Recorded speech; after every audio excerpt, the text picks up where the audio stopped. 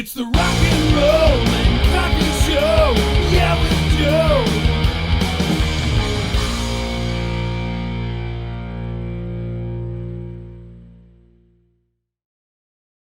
What's happening, rock and rollers? This is your good buddy Steve Brown, and you're listening to my pal Joe Sibilia on the Rock and Roll Coffee Show podcast.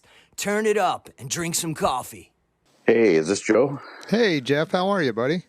Hey, good. You doing all right? Good. You Can you hear me okay? Yeah. How am I sounding to you? Loud and clear. Good. You never know with these things, you know? Yeah. It's we're also dependent on the technology, but oftentimes the technology isn't so dependent. Right. Mm-hmm. Oh, man. This is the third week in a row that I barely made it up to the show. Is that right? Yeah, 3 weeks in a row. I was at my kid's baseball game prior to this, and it ran late. But I made it. I'm here, and you're here, so here we are. Great. So you up in Washington? Yep, I am. I'm marooned here. Now, you were born in Germany, correct? I was, yeah. Stuttgart. How long were you out there? Till I was about 5. Okay, and then you moved to Washington. I did, yeah. My dad was in the military, so he got stationed here in Washington State. Okay. Well, we're going to talk about, I want to talk about actually a bunch of stuff, so I hope you've got about 5 hours.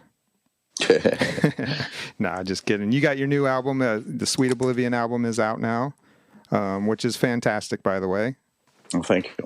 And but I want to get into a little bit of your history, and then through your career. So when you were growing up, Geoff, I mean, was music in your family? Yeah, it was church music mostly. Choir, that kind of thing. And then when I was about 9 years old, I started taking piano lessons, and then I was hooked after that. Yeah, I was in music all through school, played in school band, school orchestra. Mm-hmm. And then later, started moving into, doing session work with other musicians and, trying my hand at rock music, which was kind of a new thing at that point. That was like the mid-'70s. Okay. So you started with piano, though. Did you like playing piano at the beginning? Because I've heard a lot of people that start with piano don't really like it at first. Oh, no, I loved it. It was it's an immediate instrument. You don't have to have any kind of technique in order to make a nice sound. Right. Like with a guitar, you have to struggle with all the fingerings and the positions and all this, and it actually hurts to play, Yeah. Especially piano, when you're learning. you just touch that key and you get an instant gratification, Mm-hmm. It was wonderful. Mm-hmm. Did you always want to be in music, or what did you want to be when you were younger? Yeah, since I was about 9, I wanted to be a musician. Okay. So how old were you when you first got into your first band? My first band? Yeah, your band I was situation. probably 18, I guess. Okay. 17. I think it was actually the summer before my senior year. Yeah, so I was 17.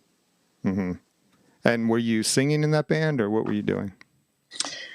I did. Yeah, I started out as a singer in that particular band, but that was like the only band I sang in for quite a while. And I switched, and I became the keyboard player in bands, and then started doing backup vocals and keyboards, and then finally started doing lead vocals again after I had some vocal training. Mm-hmm. So did you get formal vocal lessons? Yeah, I did. Okay. How long did you do those? I'm still doing it. Do you? Something you still do, every day you work on it. It's a lifelong thing with singing. Yeah, you got to keep working at it. Yeah, I mean, your voice is outstanding. And like I said, the Sweet Oblivion album is fantastic, and your voice still sounds great. So, I mean, what do you do to keep that up? Is there anything you do, or is it just natural? Well, I work at it. I try to sing hard every day and, a couple hours a day, keep myself in in shape, you know. Uh-huh. I have to really discipline myself because I sort of tend to skew towards drinking. You know, Uh-huh. I like to drink. Do you? Honestly, yeah. So I have to kind of keep that in check. You know, find some kind of balance between being, you know, incredibly intoxicated or able to sing really well. Right. Now, does the alcohol affect your voice, not by being drunk, but, or, you know, buzz, but just drinking it? Does that affect your voice? No, just you know, if I fall down, you know, Or then slur your words? that's a bad thing. Yeah, that could be bad. But it hasn't stopped me. I mean, I've fallen down many times and gotten back up. You know. Oh, have you fallen on stage? Oh yeah, countless times. Oh my God. Can you remember a time that was really bad? Oh, it's always bad when you fall down. It's always bad, but has there been a time where you were just like... Especially when there's, you know, hundreds or thousands of people watching you and there's lights on you, especially if there's follow spots following you. Oh my God. And you fall down. That's got to be awful. Yeah. Well, I think it was 1985. We were touring with Kiss, and they had a very special stage show where they had this. I don't know what to call it. They called it the thrust, which was basically a big stage that fit on the front of the regular stage. This thing was on hydraulics, and it would lower down, and so it would be at a slope, and it would go from regular stage height, which is about 6 feet, down to like 2 feet off the ground, so that you were like almost eye level with the audience, right? And that was our performance stage when we were opening for Kiss. So we had to perform on this slanted slope of about 6% slope. And it was challenging, man. It was like, it was all like metal aluminum grating, you know? Yeah. So if you fell down on it, it hurt, you know, it would like take your skin off, you know? Like a cheese grater. If you jumped up in the air, there's a good chance that you were not going to land in the same place you landed because you're on a pretty radical angle, you know? So I was constantly falling down. I just built it into my stage show at that point, and I just got used to it because it could happen at any point, you know. You start getting in poses when you're on the ground, just make it look like you meant to do that? Yeah, I just kind of made it look like I was just trying to cover the microphone and make sure it didn't, you know, go, you know, that kind of thing, holding it up in the air, you know. Oh, man. All right, so back to what we were talking about with your was that first band called Tyrant? Is that correct? No. The first band I was in, I was trying to remember this the other day. I was having a conversation with somebody about it. And I honestly can't remember the name of the band. It has something to do with the word golden something. Golden something. I can't remember what it was. Tyrant was way, way later. That was about 79. Okay. And then you went into a band called The Mob, which was basically guys in Queensryche, correct? It became Queensrÿche, yeah. After we decided to put out our own EP as on its own record label. We started our own record label called 206 Records with our management, the Harrises, and then we had to change our name from The Mob because somebody else had used it already. So it became kind of a bit of a, I don't know, it was pandemonium. Trying to figure out a band name is really tough to do. Yeah. Anybody that's ever tried it knows, you know, there's so many different options and nothing sounds good. Right. You know. How did you get Queensryche? Where'd that come from? Actually, our guitar player, Chris DeGarmo, came up with it. And it's funny, the story is that Friday we got the call from our management that said, and they said, you can't use the name. You got to come up with a new name. And we had everything at the printing presses ready to go for the album.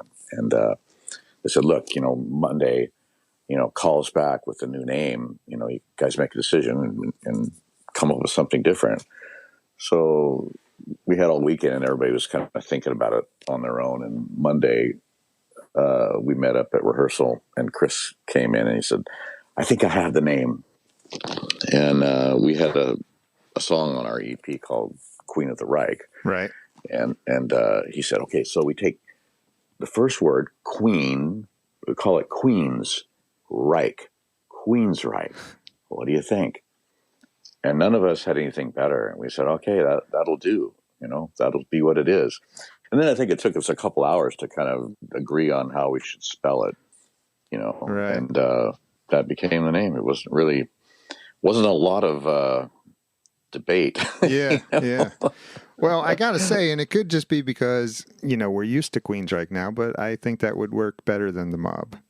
Yeah, it's funny that we spent probably the first, maybe 6 years of our existence spelling it for people and pronouncing it for people and writing it down for people. Yeah. It was a new word. Nobody had ever heard that before. So yeah, well, it worked. Yeah, it did. Yeah. Once you learn it, you got it. Yeah.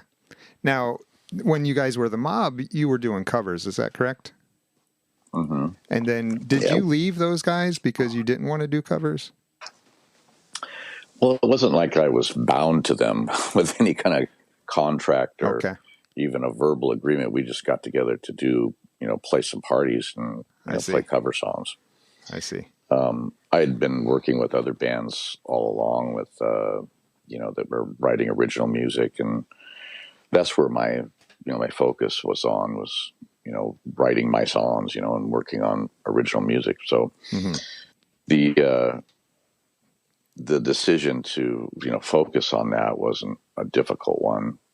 With the Mob wasn't, they weren't working on anything original. It was all just, playing Scorpions tunes and that kind of thing, Right.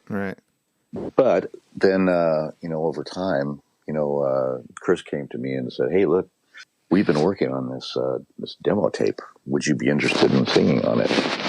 And it was a really cool tape. They had 3 songs that were really strong.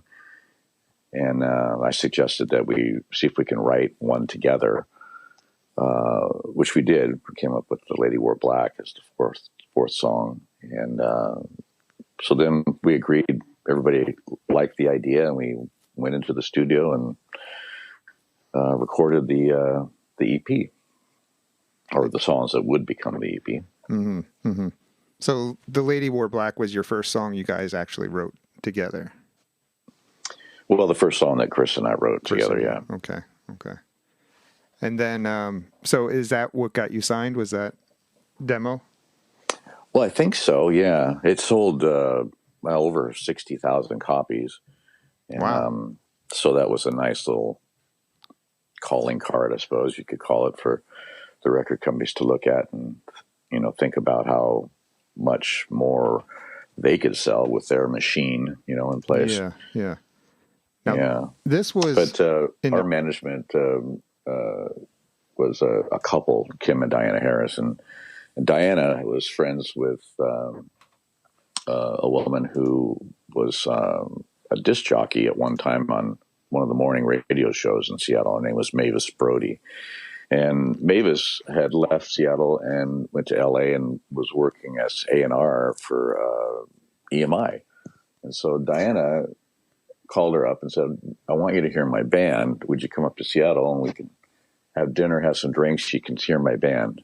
And so she came up and we sat in our rehearsal studio and we played her all of our songs, like on 11, really loud.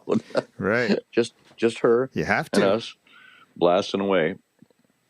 And I always remember at the end of it, we're in this tight little rehearsal room and, with carpet on the walls and everything. So it's, dead and it's just hot and sweaty and I'm just covered in sweat, just drenched wet. And Mavis stands up and she's got a big smile on her face. And she said, thank you very much. That was really, really good.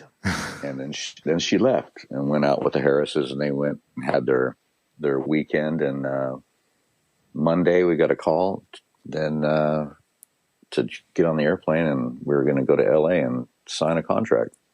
Wow. So that kind of was a nice dream come true, really, Yeah. So how long from the time you guys the core group was together did you sign that deal?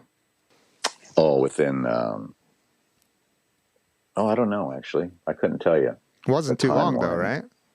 Really, because the whole project, the demo project, lasted a really long time. After we had made the demo tape itself, we sent it out to all the major labels and then didn't hear a word back from anybody. But we decided, well, just because we haven't heard back doesn't mean that people aren't liking it and getting used to it and and wanting it. So let's just give it some more time.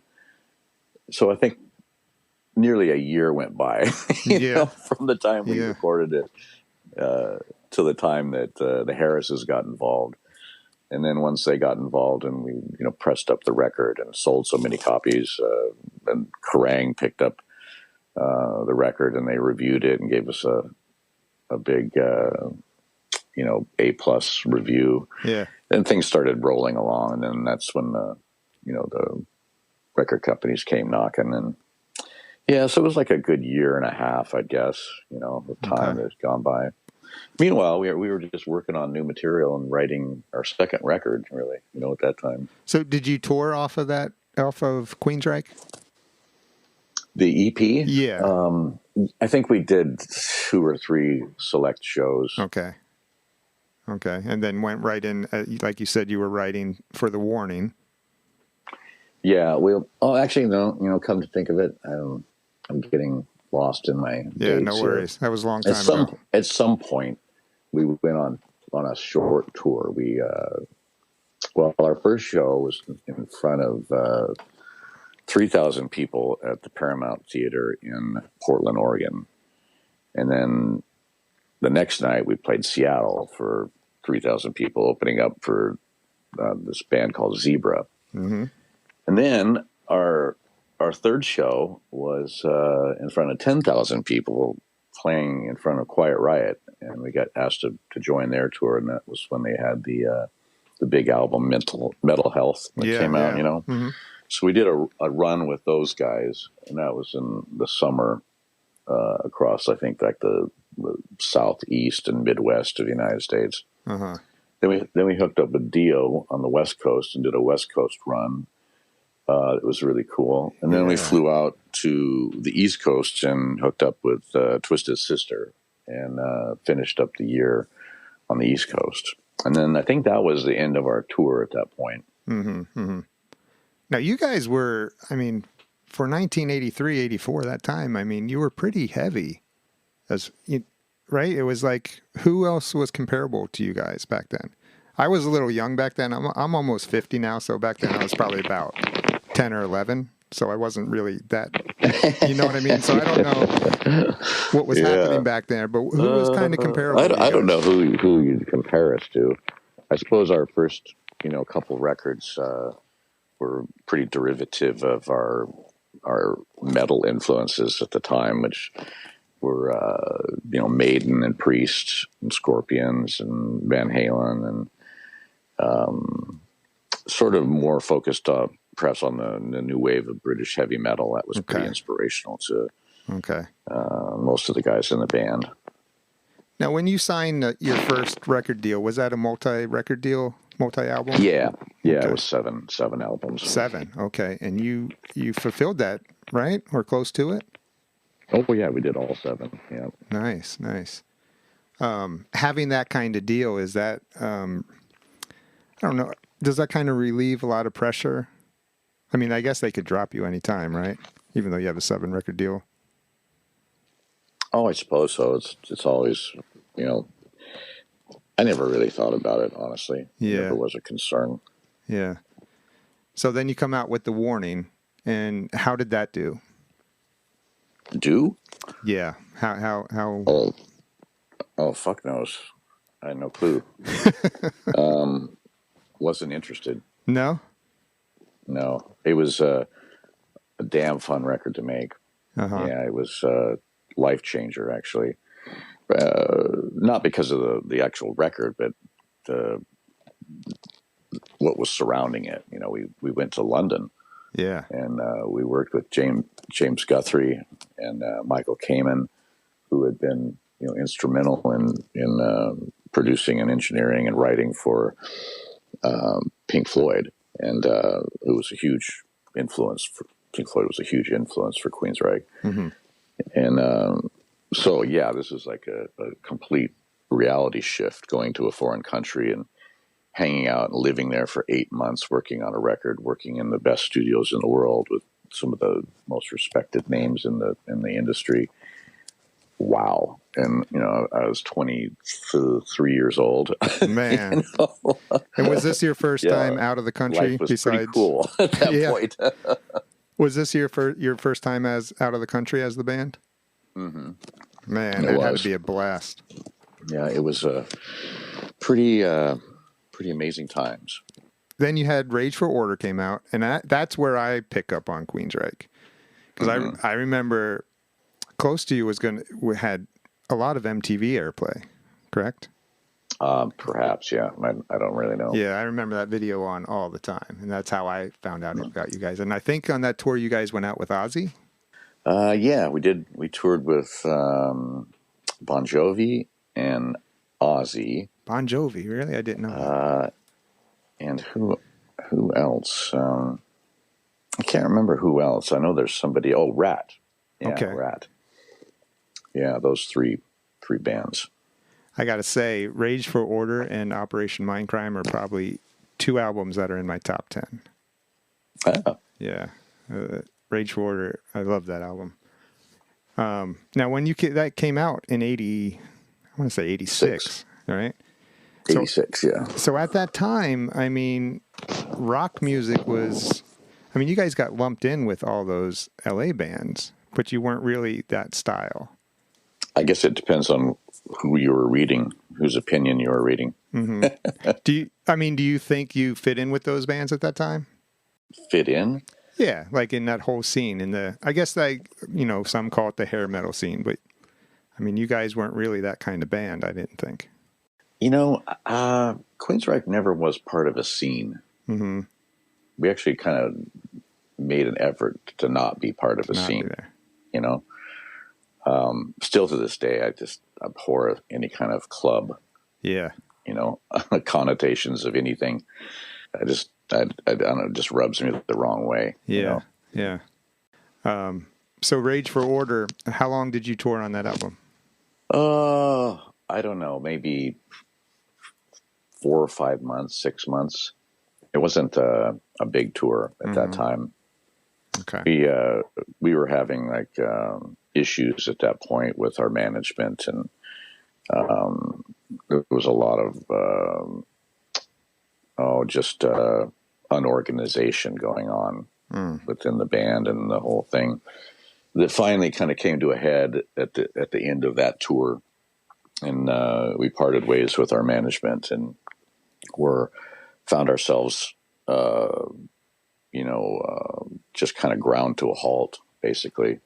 Waiting for, actually it was a time of kind of research, trying to find out where to go from there, and talking with different people. And it all came to a nice, happy ending when we hooked up with Q Prime management at the time, Cliff Bernstein and Peter Mensch. And they jumped in, and we started working together, and everything worked out great. They were a fantastic team of people, and really helped us kind of reorganize our ship, get it in shape, so to speak. Mm-hmm. So then after that, came your huge album, Operation Mindcrime, which really took off. Whose idea was that to come up with a concept album? Well, Chris and I have been working on the idea of a concept for several years, since we really got together and started writing music. He was a super Beatles fan, and I was really into what they call prog rock, bands like Floyd and Genesis and Yes, and bands like that. And the concept album was a format that hadn't really been seen much in a while, but we were both big fans of telling a story with our music. we just didn't have a story to tell, until Mindcrime, and that was my contribution. I came up with a storyline and brought it to the band, and that was the beginnings of the Mindcrime story, really. And it was a slow goer. It didn't really catch on right away until we made a video, for the album, and then of course that at that time, MTV was enormous, and that kind of exposure on MTV that we got with Eyes of a Stranger really just changed everything for us, So when you were and then we went, on some pretty, high level, visible tours, with opening for Def Leppard and during their Pyromania tour, and touring with Metallica when they had Justice for All. So we had a lot of visibility, at the time. Yeah. So when you finally come up with the story for Operation Mindcrime, I mean, is it difficult then to write songs about the story? Oh no, I think it's easier actually, Is it? because you have an outline to work with, and you know kind of what's happening in the story, so it kind of helps you know what to say. Mm-hmm. Mm-hmm. Now, correct me if I'm wrong, but I could have sworn I heard a long time ago that you were thinking of a Mindcrime film. Am I wrong on that? Oh, people have approached me about it many times over the years. Okay. Is that still something that is maybe possible or no? Oh, I suppose so. Yeah. I suppose so. If it's been almost a movie several times over the years. It's funny with stories for films. It takes years sometimes for things to be made into film. Right. There's so many channels that the script has to go through, and then different companies buy it. They buy rights to it, and they have a certain amount of time in order to own it until they turn it into something. If they don't, then the story goes back to the originator, that kind of thing. It's a whole different thing than actually saying, okay, hey, let's make an album. Let's make a record. That's really cut and dried and easy. Yeah. Making a film is very convoluted. Yeah. Have you ever worked in film? Yeah. Worked with Michael Kamen, scoring the that Schwarzenegger film, Last Action Hero. Oh, okay. What did you had? Was it Last Time in Paris? Was that in that movie? We had a song on the soundtrack called "Real World." Okay, all right, I'm mixed up there. What was Last Time in Paris? Was in a movie, wasn't it? That was in a film. What was that in? The Adventures of Ford Fairlane. Yes, with Andrew Dice Clay. Yeah. Yes. Okay, that's what I remember it from. Okay, and then so back to Operation Mindcrime. I saw you guys. I want to say twice on that tour. Did you tour on the Hysteria tour with Def Leppard? Was it Hysteria, not Pyromania, or did you? Oh yeah, maybe it was Hysteria. Because you guys were in the round. It was the one with Pour Some Sugar on Me. Yeah. Hysteria. Hysteria? Yeah. Yeah, it was that album. So I saw you on that show, and then opened for Metallica on the Injustice for All tour. Those tours, like you said earlier, were huge tours. I mean, that had to be tremendous for you guys. Yeah, I think it really was. Yeah, it was definitely a wonderful experience. Anytime a headliner, has an opening act that they invite on the tour, they're sharing their audience with you, as the opening act. And that's a wonderful gift they're giving you, basically. They're allowing you to perform in front of their audience, and because they like what it is you do, enough to think that their audience is going to like it too, Yeah. And it's a wonderful gift. And I've always been very appreciative of the bands that we've opened up for over the years. Mm-hmm. Did you guys do a headline tour on that album, or what? No. Was that, you're talking about Mindcrime? Mindcrime, yeah. I think we might have done some one-off shows. Yeah. Okay. We never really did our own touring until the Empire album came out. Yeah. I mean, Empire was, that was bigger than Mindcrime, I believe, right? Well, yeah, it was in the sense that it sold more records. But I think Mindcrime has eclipsed that now. I think it's sold more albums. I know Mindcrime 2 is huge too. That one's really sold a lot. Yeah, it's crazy. So when you're writing albums like Operation Mindcrime and Empire, I mean, do you expect them to do as well as they did, or are you not sure, or are you hoping they do? I mean, what are you thinking when you're writing these albums? Do you know they're hits? I never really think about that kind of thing. Just kind of write the songs and go with it. Yeah, I get into the music, and that's where my head is at. I'm into telling the story and creating the soundscape, and that's where my focus is. And then what happens after that is really up in the air, and nobody knows. Yeah. I remember having this conversation with the president of EMI at the time, a couple years after the success of the Empire album. I said, Jim, what did you guys do with that record?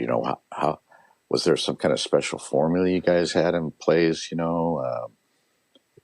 What happened? Why did that record just blow up? And he said, no, we just got out of the way. And just let the songs do it. We were smart enough to recognize when something can do well or is doing well. And so, we have deep pockets, and we just, throw the money at it, and, it has a life of its own. It takes off. The more money you spend on it, of course, the more exposure it gets, and the more people hear it, Yeah. And if it's a good piece of work, or it has something about it that grabs people, it will do that on its own, So that's what he said, and I think that's very true with anything. I mean, you're talking EMI at the time. We spent $6 million promoting the Empire album. Wow. Yeah. Oh, The average promotional budget on a record nowadays on a major label is like $6,000. Right. Well, you had like 7 singles off that or something? 6 or 7? I think so. Yeah, 6 or 7. That's almost the whole album. Yeah. Wait, so you just releasing singles, just saying, do another. Yeah, that's basically it. They, every month they'd say, "Hey, we're thinking about this as a single. What do you think?" Sure, go ahead. Yeah, go ahead. Oh man! So during this time, this was around 90, I believe, when Empire came out. Yeah, Early it came 90s. out in 90, and then kind of really hit hard in 91. Okay, so this album was kind of out right as the whole Seattle scene was coming on, but you guys were already a Seattle band. Yeah, we were from Seattle. Yeah.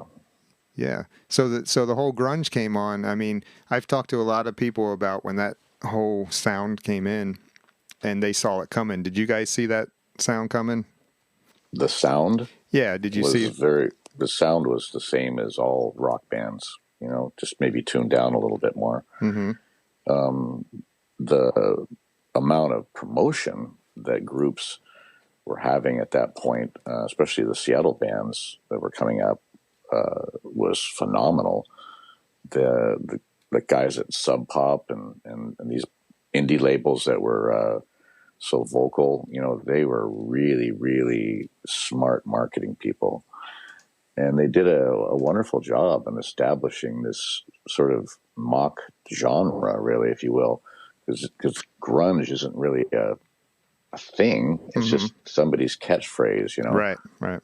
to describe a tuned down guitar, Right. But Soundgarden had opened up shows for us, and we've been on the same festival circuit as Alice in Chains and Pearl Jam, and they were good rock bands, really good rock bands, and I'm so happy that they all got recognition for what they did, because they did some great work. You know. Mm-hmm. Now, when did Chris leave the band? Chris DeGarmo left the band in '97. 97. Okay, so he did what? Promised Land with you after that? He did the last record of our EMI contract, which was Here in the Now Here in the Frontier. Now. Right. Okay. And why did he leave? Oh, I don't know. You'd have to ask him that. Do you still talk to him? No, not in years. No. Okay. Moving forward, you guys did a few albums. I mean, Q2K. Trying to think of the other ones. What was Tribe? I think was one. Correct. But at that time, you were on. I mean, you bounced from Atlantic to Sanctuary. Who else were you with? Rhino. So you were bouncing around different record labels. I mean, what was happening in the band at that time? Were you guys just trying to just make the best records you could at the time, or I mean, what was going on in the band? Oh God, we were just having a great time spending the enormous amount of money that we got from each record signing. Yeah, and continuing to make records and tour, and it was nothing changed other than some of our personnel changed at different times. Yeah.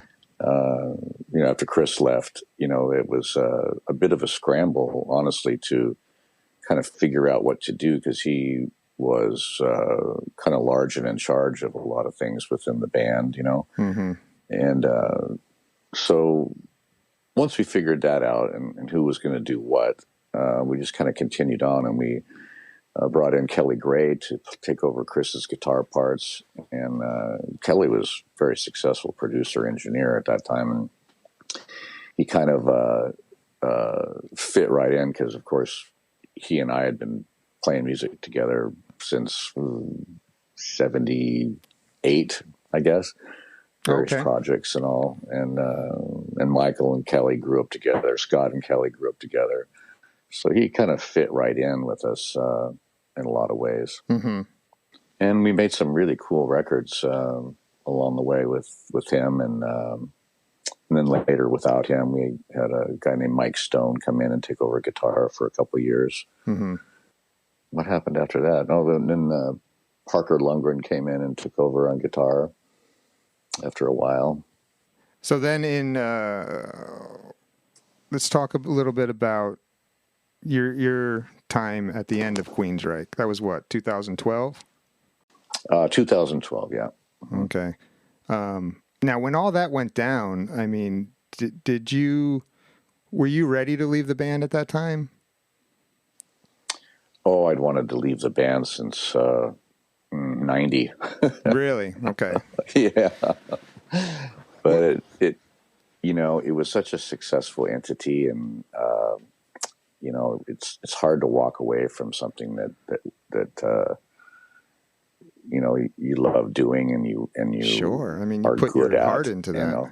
So I just kept at it, and my wife kept talking me back into it, and until it got to a point where it just wasn't going to keep going anymore. Yeah. Now, the way it went down, I mean, do you look back at that and think, man, I wish it didn't go down that way? You mean when the split happened and it all became very public? Yes, yeah. Yeah, I wish it had a bit more decorum, and I wish it was handled, less publicly. Yeah. Because there was a lot of really bad stuff that was said, and, it didn't have to happen like that at all. Sure. It was just a money grab is what it was. And, people wanted to, in the band wanted to make more money, and if I was gone, then that would be my share. They got kicked back to everybody else. And, they just expected me to walk away, but, I couldn't do that, because there's a value to what I do, and I have to be compensated for that. And sure, anybody, I think, would expect that, So I said, well, no, you need to pay me if I'm not going to be, in the band anymore. You got to pay me for what I am worth. And so I took them to task to it, and they didn't like that. They were expecting me to roll over. So, I swung back basically. Yeah. And that made them mad. So then they started, retaliating by, spreading a lot of negative press and saying a lot of negative things that weren't true. And God, in the end of the day, I sold them my share of the thing. They paid me for it. Right. Now they couldn't do it. They couldn't do it without me, without the name anyway. God, I can do it. I can continue on and do what I do. And I have done what I've done on my own. I don't need the name Queensryche to do that, but they do. Yeah. I mean, nobody's going to, pay $50 for a ticket to go see Michael Wilton play guitar. Right. Right. I mean, I'm not saying that to be a dick. It's just reality. Sure. Yeah. He needs the name Queensryche, right? Right. I mean, what is there? There's 2 original guys in the band now, right? Yeah, I think so. Yeah. Yeah. I honestly don't pay much attention to what they're doing, because honestly, that is it's long done for me. Sure. You're past that now. Yeah, it's been almost 10 years. Yeah. Yeah. Well, you know what? Let's get past that and get on to your Sweet Oblivion stuff. Because there you go. So this album just came out, a couple weeks ago? Your new album? I guess. Yeah, I'm not sure. I finished it last summer. Yeah. So did COVID hold this up, the release? Not that I know of. No, it didn't affect you? No. I finished my parts and everything I was doing on it last summer when I was in Ireland. Mm-hmm.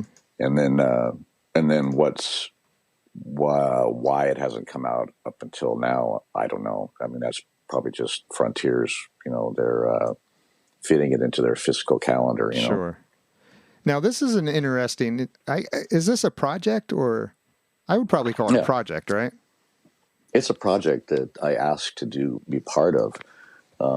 When I ended my time with Queensryche, I was looking to work on different projects with different people. I wanted to collaborate with different artists and different producers, because I've been working with, the same bunch of guys for 30 years. Yeah, I needed a break. Yeah. And so I had done a record with Frontiers, and I was talking to, I think it was Mario from Frontiers, and I said, look, I want to work with different people, and if you got any kind of projects that come up that you think that I might fit on or might be interesting, could you let me know? And, I'd really like to do some different things. And so a couple years went by, and he called me up and said, hey, I got this project. It's called Sweet Oblivion. And this is what you do. You just kind of meet up with these guys and see if you can, pass around some ideas and see if something clicks. And kind of that's what we did. And we passed around ideas, made an album, and put it out. And now this is the second album. Right. Now that came out, and it's with a whole different team of people, different musicians and different producer with this one. And I think I got a third one I'm going to do as well. And right now I don't know who it is I'm going to be working with. So that'll be fun to find out. So they just nice give you somebody? Surprise. Yeah. So they just give you musicians. Yeah. Mario just, picks somebody that he thinks might work with me well, or there might be a nice chemistry that happens, Uh-huh. And he puts us together and see what happens, Very interesting. That's and you just trust him to give you good musicians. Well, I could always say no. Once I get involved. Okay. It's not just like, here you go and off you go. No, it's like, well, is this something that you like? Because I think this might be cool. What do you think? Yeah. And it is cool because I like the way we work, because we don't actually sit in the same room at all. We work in different places, different countries. We put everything. We work in the virtual studio of the internet, and we build out the songs and everything in our own studios, and then put them all together in the virtual world. And it's fantastic. It's a great way to work. Like this newest album, I was in Ireland all last summer, and my wife and I rented a cottage there, and we were just sitting there and hanging out in Ireland. I was working on the record during the day, and then we were out sightseeing some days and hitting the pub every night, and we have friends and family there, so we did a lot of visiting with people, and it was great. And Aldo, my producer, he was in Italy at the time, working in his studio there, and we just pass ideas back and forth until we had the songs the way we like them. Is this the first time you've worked that way? Was with this project? No, the last project I did it that way too, and then, gosh, I've been kind of working this way, I guess since Promised Land. Promised Land was done.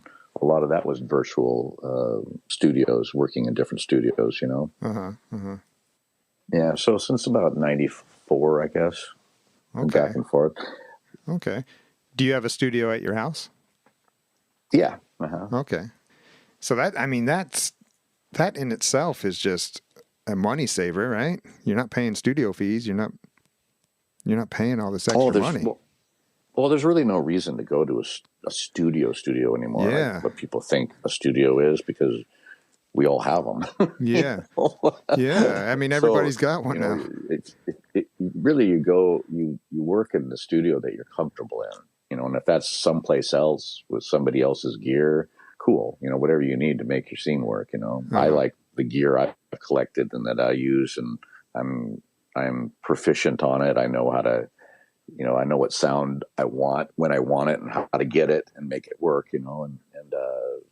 So it's just easier and more productive for me to work that way. Yeah. Do you like recording in the studio, or do you prefer live? What's your preference if you had to pick one? If I had to pick one, I'd pick studio. Yeah. Yeah. Yeah. I love it. Yeah. Some people... I work in my studio about 5 days a week. Okay. Just working on new stuff? Working on new stuff. Yep. Adding to my vast library of songs. Yeah. How many songs do you think you got? Oh, God. Well, I have 220 published songs, and I probably got close to 200 unpublished pieces of music that are yet to be released. So you could release a shitload of albums.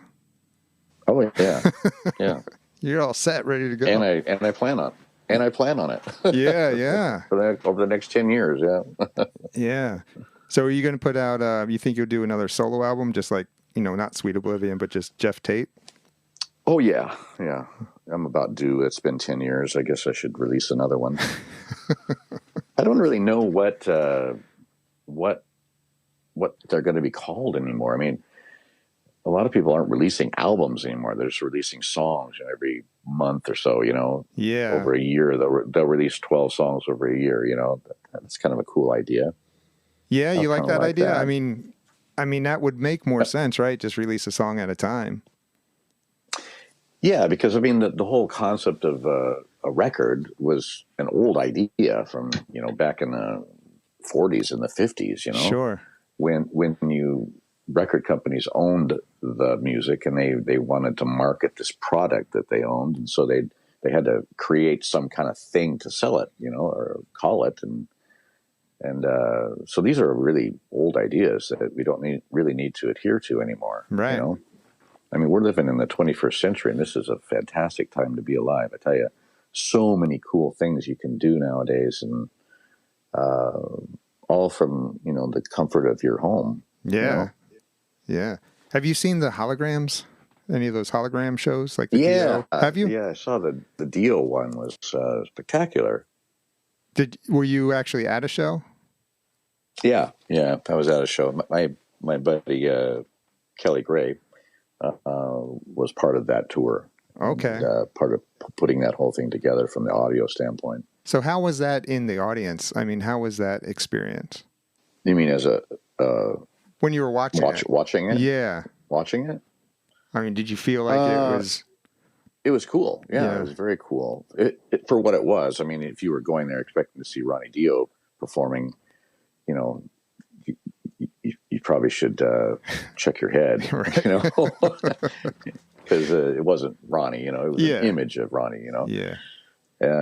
So I mean, it has its limitations due to, of course, technology. That I think that's going to get even more and more better as time goes on. Yeah. But it was pretty impressive, and I saw the Michael Jackson one too. I thought Ronnie Dio's presentation was better myself. I thought it was more believable, more unique, and you forgot that necessarily it wasn't real. You know, your belief was suspended a bit more. You know, with Ronnie's presentation. But yeah, it's a cool idea. Now you and Ronnie were friends, correct? We were friends. Yeah, he pretty inspirational man to me. Kind of a mentor, if you will, and was very, very, very supportive of Queensryche in our early days, and brought us on tour, exposed us to his audience, and gave me a leg up, inviting me to be part of the Hearing Aid project.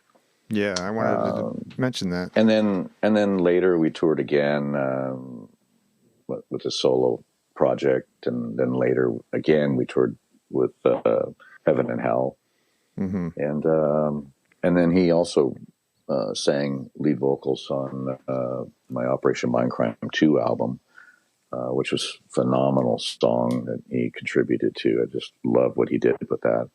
What song was that? That was a song called The Chase from the Operation Mindcrime 2 album. Chase, I haven't listened to that album in a while. Plays the part of Dr. X, and he just did an incredible performance on that song. It's one of my favorite ones of his that I've heard. I need to go back and listen to that. I haven't listened to that in a while. The Chase. Yeah, and then he did a really cool performance, guest performance with us on the tour. Where was it? The Gibson Theater or Gibson Amphitheater in L.A. Yeah, he showed it. It's probably on YouTube. You can see it. It's pretty cool performance he did. Do you ever go back and look at YouTube performances of yourself that you've never seen before? Oh, hardly ever. Really? Sometimes people will bring them to my attention, like one of my daughters or somebody in my band will go, "Hey, have you seen this?" Yeah, YouTube. There's so much weird stuff out there, and shows from places I don't remember playing, and just there's so much stuff. Yeah. Were you guys a party band on the road? I know you say you like to drink, but back in the day, were you guys partying? Oh, heck yeah. Yeah. Yeah. And that absolutely. That had to be so fun back then. It's fun nowadays too. You're still doing it. Fun never stops.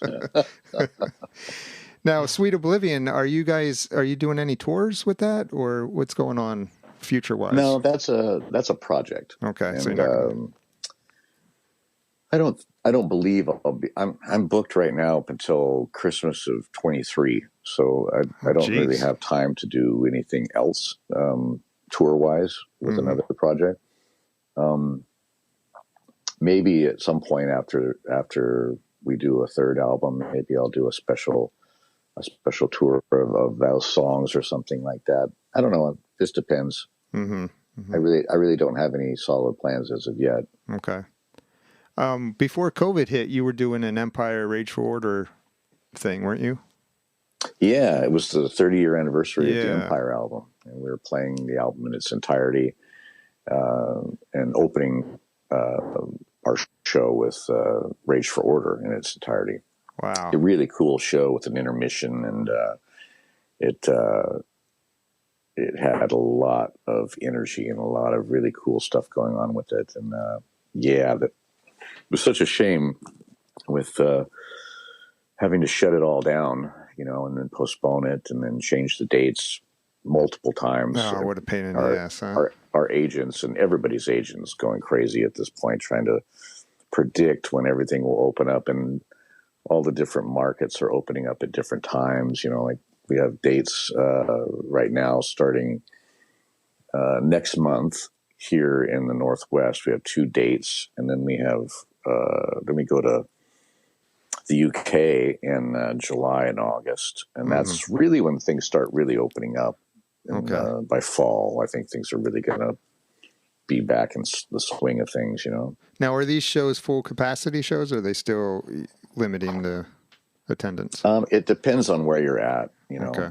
In the United States, of course, the states have so much power, and you know, where every state has its own laws and rules. Yeah. Like we did a show in Florida back in December, and that was for 50% capacity.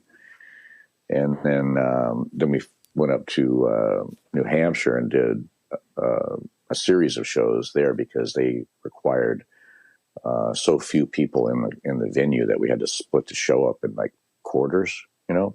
So we had to actually do. We performed an afternoon show and an evening show. Oh, geez. Which was really something. I haven't done that since Japan back in the early 80s, you know? Yeah. So when you're getting prepared to do this tour, I mean, I'm sure you had to go back and relearn some songs. A couple things. Yeah. Yeah, I had to, because primarily because I had never sung the song before, you know, on tour. Right. There's quite a few songs on Rage for Order and on Empire that Queensryche didn't perform, you know. Mm-hmm. So I had to actually go back and go, how do we do this? You know, how did I sing this, or what was I thinking here? You know. Right. Yeah. But it was really a fun tour. I really can't wait to get back to it because it was really a treat playing that album in its entirety and playing those songs, and actually witnessing the audience reaction to it every night was fantastic. Oh, they must have everybody loved knows it. the songs, you know, and everybody's singing at the top of their voices and dancing in the aisles, and it's a really great feeling in comparison to, say, the previous couple of years I was touring the Operation Mindcrime 30-year anniversary, and Mindcrime is a really cool experience, but it's it's very violent and confrontational and aggressive, you know. Yeah. It's not a good time. Hey, we're all singing the songs together, kind of thing. No, it's not. Right, it's just filled with angst, right? And the Empire show is a whole different feel. It's, there's a lot of smiling going on, and you know, people are, you know, this was their music from their time and their life, and they know all the lyrics, and they live their life to a lot of these songs, you know. So yeah, they're just having fun. it's a whole different feel, you know. Mm-hmm. And this is a full band situation, correct? What do you mean? That you're out on tour with? It's like a full, like the full band is with you. It's not just like a acoustic thing or anything like that. Oh no, yeah, it's a full band. Okay. No, it's just me and a tape recording. Hey, you never know nowadays, so I just want to make sure. Now, I was looking at some dates, but you guys aren't coming to South Carolina, unfortunately. That's where I'm at. No. South Carolina must not be a great place to play because not many people come through here. Well, it's not on par with, like, say, West Virginia, Right? or Mississippi, or Louisiana, or Alabama. Those kind of places. It's Well, it's hipper than that, isn't it? I'm out in the Myrtle Beach area, so I'll be watching for it when you come close enough that I can. Well, get Myrtle Beach is kind of is part of the circuit. Do you still have the House of Blues out there? Yeah, that's still here. Mm-hmm. Yeah, that's a place to play. That's a good place, good time. Yeah. Well, get with your booking agent and tell him Joe says you need to come to Myrtle Beach. Yeah, he'll love me to say that. Gary, I need to play Myrtle Beach. I know.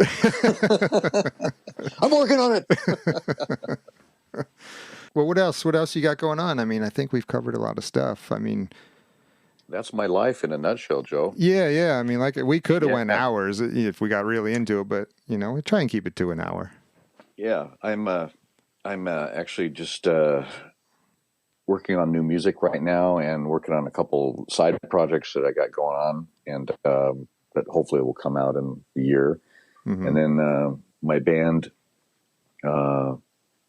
flies in a few, about a week and a half, and we're going to start rehearsing for these upcoming shows that we have.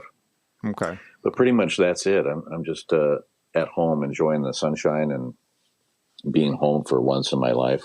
Yeah. You know, in 2019, I was in my own bed sleeping in my own house for 23 days throughout the whole year. 23 days. That's it. Yeah. Man. So, and that's the way my life has been, you know, for the last 10 years. I've just been, you know, putting pedal to the metal touring, right? Yeah. So this COVID thing has been really bizarre for me because I'm used to go, different city every day, you know, traveling. And now I'm like, I wake up, I'm in the same place, you know? Yeah. Oh my God, I'm freaking out. The wife wasn't trying to get you out of there? Well, I'm kind of liking it now. I've kind of adjusted, but it's taken me, I don't know, 5 months, you know, of, I wake up every day, look out the window expecting to see something different, and no, it's the same scene. You know? Oh man. Hey, you know what I wanted to ask you too? You still have your wine? I do. Yep. What? Insania. So, I mean, do you have your own vineyards and all that, or how's this working? Yeah. Yep. Our wine is grapes are grown in southwest Germany in an area called Alsace, which is one of the major wine regions of Europe, and we make it there. And every year we have a huge harvest festival party, usually around the end of October, and people are welcome to come. We play a show oftentimes there. You can come pick the grapes if you want, hang out, drink some wine, have fun. That sounds like a blast. It's really fun. Yeah. Huh. And then you also go ahead. Oh, I was saying our parties have gotten so big now because we keep having them every year that the town now, it's a small village. I think there's like maybe 3,000 people that live there. Uh-huh. We take up all the hotels. So we have to go to other villages in order to put up guests, you know, they come because there's not enough hotels in the village. There's only 2. Oh, geez. Now you also do, I saw on your website, you also do tours with people. People can go on a tour overseas or, you know, sightseeing thing with you. Is that correct? Yeah. My wife and I started this business a few years ago called Backstage Pass Travel. And what it is that people can sign up and come on tour with us. And by that, it's usually a week-long tour. And we take them to Italy. We take them to France. We have the big show in Germany every year. We go to the Pacific Northwest. We have one in Montana. And it's pretty fun. We go sightseeing. And like a lot of people, they want to go to Ireland, for example. Right. But they've never been out of the country and they're not sure what to do and what to see and how they're going to get there. They're just unsure, right? Well, they can hook up with us and we take them to all the cool places. You know, that's awesome. We could take them to all the sites they want to see. We take them to all the cool clubs that nobody knows about that only we do because we've been there so many times.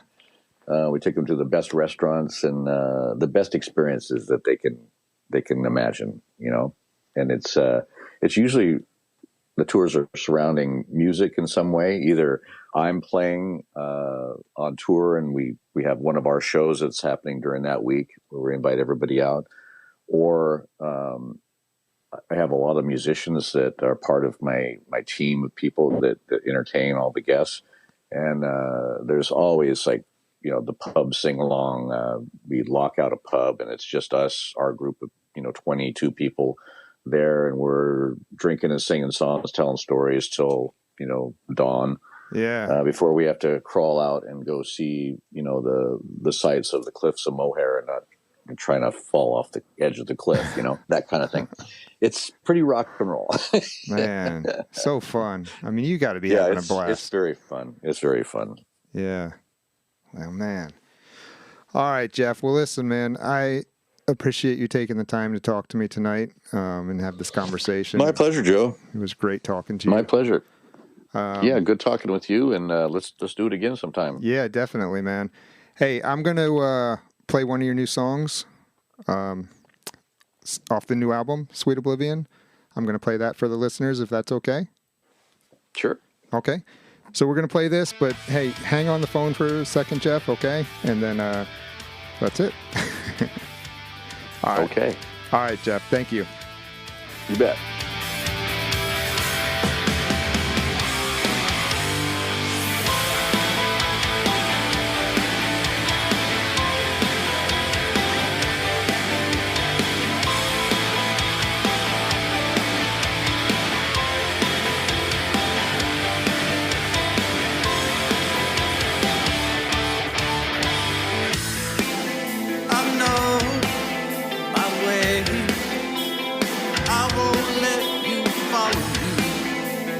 Never forget what you've done.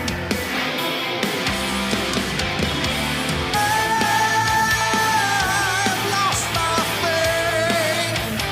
I can't recognize every single step that they want me to take. Try my best to find my way.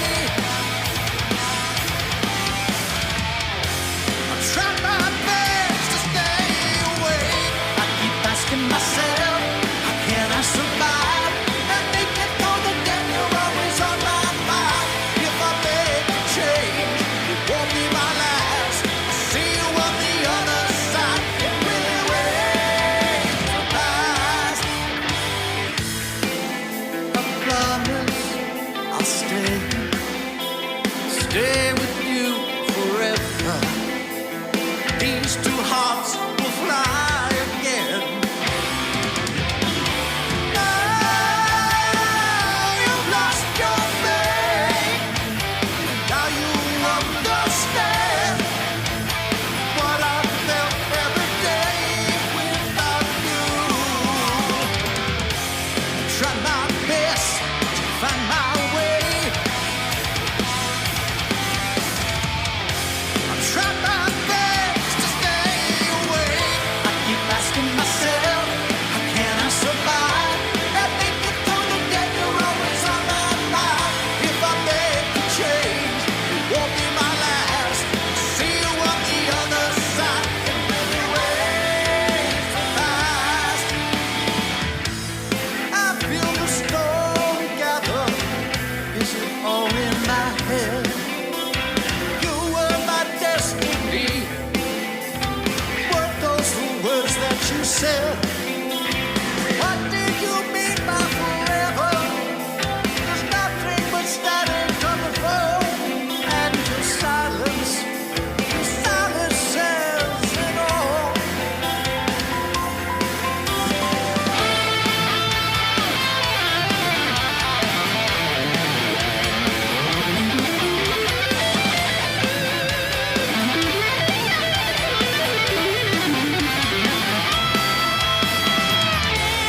Try my best to find my way.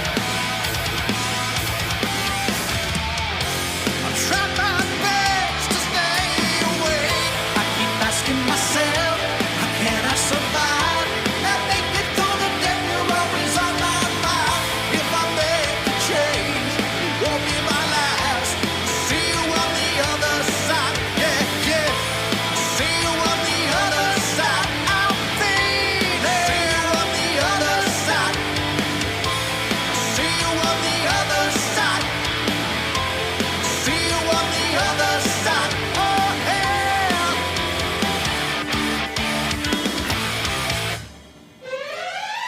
That's all for this week. Join us next week for another episode of the Rock and Roll and Coffee Show podcast. Available on all your favorite podcast listening platforms.